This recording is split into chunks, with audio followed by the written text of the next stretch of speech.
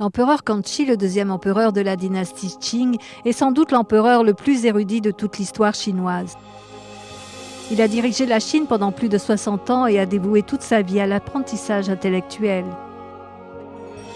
L'empereur Kangxi était connu comme un dirigeant diligent qui se souciait de son peuple. Pendant les dernières années de son règne, la trésorerie de l'Empire présentait d'importantes réserves. Sous sa direction bienveillante, la Chine a prospéré et la dynastie est restée stable. Cao Yongxing, médaillé d'argent du concours de danse traditionnelle chinoise de NTD, a représenté l'empereur Kangxi lors d'une de ses danses.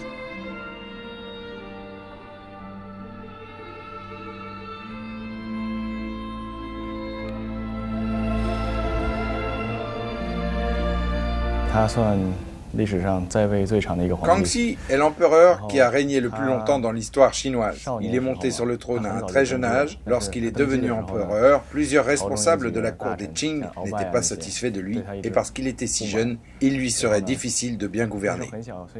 Avec de grands efforts, il s'est défait de leur influence et a dirigé son empire avec droiture. L'empereur Kangxi a tiré le meilleur parti de ses différents héritages. De sa grand-mère mongole, il a retenu les grandes expériences pratiques de la vie ainsi que la langue mongole. Son père était mandchou et sa mère était chinoise Han. Le jeune empereur Kangxi a appris à monter à cheval et le tir à l'arc d'un maître mandchou, ainsi que les enseignements confucéens d'un professeur chinois Han. Son courage et sa détermination ont été influencés par sa culture mandchoue, sa sagesse et son esprit noble par son origine mongole, tandis qu'il a hérité de la bienveillance de sa descendance confucéenne chinoise. Son ouverture d'esprit et sa passion pour l'apprentissage ont été influencés par la culture occidentale. Ces différentes influences l'ont aidé à devenir l'un des empereurs les plus érudits de l'histoire chinoise. Cao Yongxing explique pourquoi il a choisi de représenter l'empereur dans sa danse.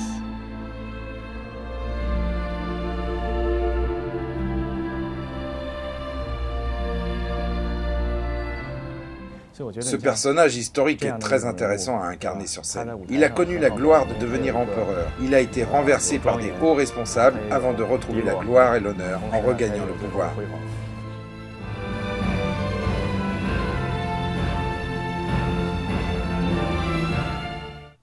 Selon des textes anciens, l'empereur Kangxi savait lire et écrire à l'âge de 5 ans. Chaque jour, il s'exerçait à écrire des milliers de mots. Il a aussi mémorisé chaque caractère des 4 livres du confucianisme. Après avoir accédé au trône à l'âge de 8 ans, l'empereur s'est concentré encore plus sur ses études. Il lisait par exemple le livre des mutations, les annales de Zhuo, les documents des anciens et le livre des Odes. Ensuite, il a étudié les mathématiques, la géographie et les sciences avec des missionnaires jésuites dont certains sont devenus ses conseillers.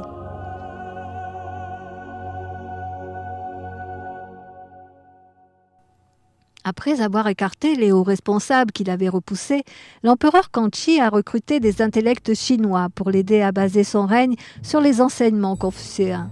Son soutien pour la culture et les arts chinois l'ont aidé à gagner l'élite des érudits et le peuple chinois.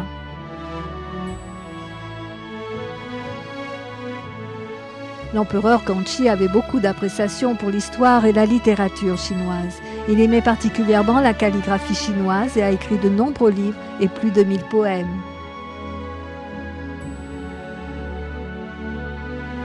Il était très attentif à garder des archives historiques et à engager des érudits chinois pour compiler le dictionnaire Kangxi, le plus important de cette époque. Il a aussi dressé les cartes de la majeure partie de la Chine.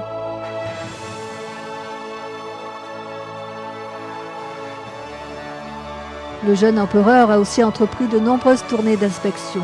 L'une de ces tournées a été immortalisée par une série de 12 tableaux intitulés « Images de la tournée du Sud ». Pour les Chinois, le nom Kangxi représente aujourd'hui la stabilité et la culture d'une des plus grandes périodes de l'histoire chinoise.